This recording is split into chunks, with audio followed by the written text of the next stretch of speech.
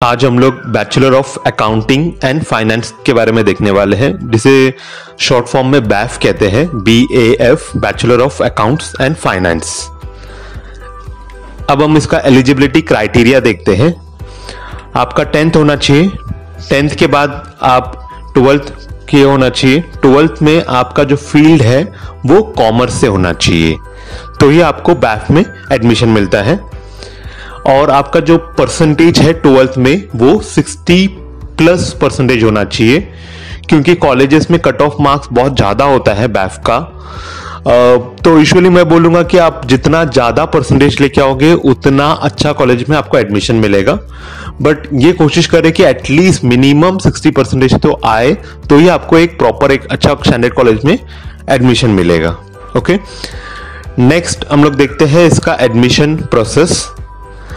Admission process maximum इसका merit wise admission होता है, इसलिए मैं आपको आपके परसेंटेज के ऊपर ज़्यादा ध्यान देने बोल रहा हूँ। 60+ आपको लाना ही है, तो ही आपको एडमिशन अच्छे कॉलेजेस में मिलेगा। जितना ज़्यादा अच्छा परसेंटेज उतना अच्छा कॉलेजेस।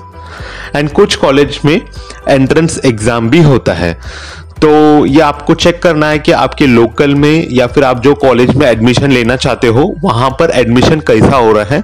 अगर मेरिट वाइज हो रहा है तो आपको कुछ नहीं करना है, आपको सिर्फ आपका रिजल्ट देना है, फॉर्म भरना है, तो मेरिट वाइज आपको एडमिशन मिल जाएगा। और कुछ कॉलेजेस जहां पर एंट्रेंस एग्जाम होता है तो वहां पर आपको एंट्रेंस एग्जाम देना होगा। उसमें जो पास होते हैं और उसमें जो सबसे ज्यादा नंबर लेके आते हैं उनको एडमिशन मिलता है, बट लेकिन बहुत मिनिमम है। मैक्सिमम कॉलेजेस में मेरिट वाइज ही एडमिशन होता है BAF के लिए। और इसका कोर्स का जो ड्यूरेशन है वो 3 इयर्स का कोर्स का ड्यूरेशन है, 3 साल का ड्यूरेशन है। 3 साल में आपको ग्रेजुएशन का सर्टिफिकेट मिलता है। नेक्स्ट हम लोग देखते हैं फर्दर स्टडीज। अगर कोई BAF करने के बाद अगर कोई फर्दर स्टडीज करना चाहता है तो उसमें क्या क्या ऑप्शन है करके। सबसे पहला ऑप्शन है चार्टर्ड अकाउंटेंट। BAF में जो यूजुअली जो अकाउंट्स एंड फाइनेंस का इतना स्पेशलाइज्ड सब्जेक्ट होता है, ये चार्टर्ड अकाउंटेंट का अराउंड मैं बोलूँ 20 to 30% जो अकाउंट्स एंड फाइनेंस का जो उनका पोर्शन है वो कवर करता है।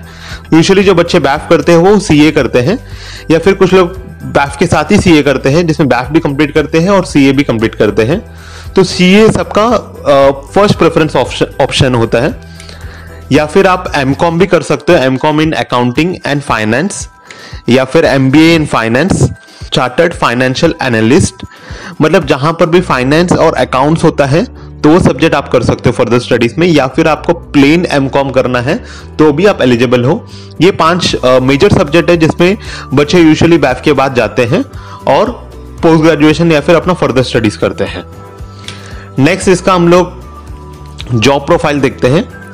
अगर आप BAF किए तो आपको फाइनेंशियल कंसल्टेंट करके आपका जॉब मिल सकता है, या फिर अकाउंटिंग एनालिस्ट, या फिर marketing manager, billing data analyst, account assistant, या फिर फाइनेंशियल असिस्टेंट। मतलब आप जैसे देख सकते हो यहाँ पर फाइनेंशियल और अकाउंटिंग के रिलेटेड ही ज्यादा जॉब है। और BAF जो कोर्स बनाया गया है वो भी यही सोचकर बनाया गया है कि आपको अकाउंट्स और फाइनेंस में अगर स्पेशलाइज्ड करना है, अगर अकाउंट्स और फाइनेंस में अगर आपको 12th में बहुत ज्यादा इंटरेस्ट है, आपका BK हो गया और फाइनेंस हो गया, वो सब्जेक्ट में आपका बहुत ज्यादा इंटरेस्ट है और बहुत ज्यादा आपको मार्क्स आते हैं उसमें, और आपको उसी में जाना है, तो आपके लिए सबसे बेस्ट कोर्स है BAF, क्योंकि उसमें उसका स्पेशलाइज्ड कोर्स किया जाता है। और कंपनीज में भी यूजुअली जो स्पेशलाइज्ड कोर्स किया हुआ जो बच्चे होते हैं उनको सबसे पहला जॉब अपॉर्चुनिटी दिया जाता है। जैसा अगर मेरे को अगर अकाउंटिंग एनालिस्ट जॉब है मेरे पास, अगर फाइनेंशियल एनालिस्ट या फिर अकाउंटेंट असिस्टेंट जॉब देना है, तो मैं स्पेशलाइज्ड जो कोर्स करते हैं वो बच्चे, उनको ही मैं